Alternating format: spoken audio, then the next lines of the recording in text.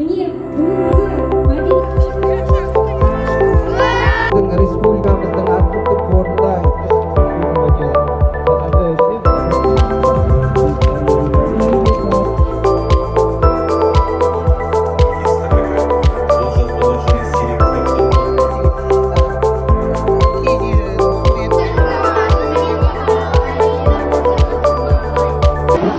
Маған осы орталық ұнады.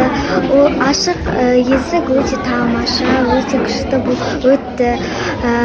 Маған бәрінен қатты қағаз жасаған шеберлік ұнады.